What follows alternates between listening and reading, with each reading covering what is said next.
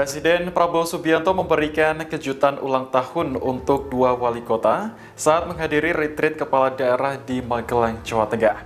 Keduanya yakni wali kota Depok Supian Suri dan wali kota Singkawang Chai Chuimi yang merayakan hari lahirnya pada 27 Februari 2025. Awalnya Prabowo memberikan sambutan di depan ratusan kepala daerah serta taruna akmil di sela jamuan makan malam. Presiden mengatakan ada dua wali kota yang berulang tahun pada Kamis kemarin. Prabowo kemudian memanggil wali kota Depok Supian Suri dan wali kota Singkawang Chai Chuimi dan meminta keduanya untuk maju.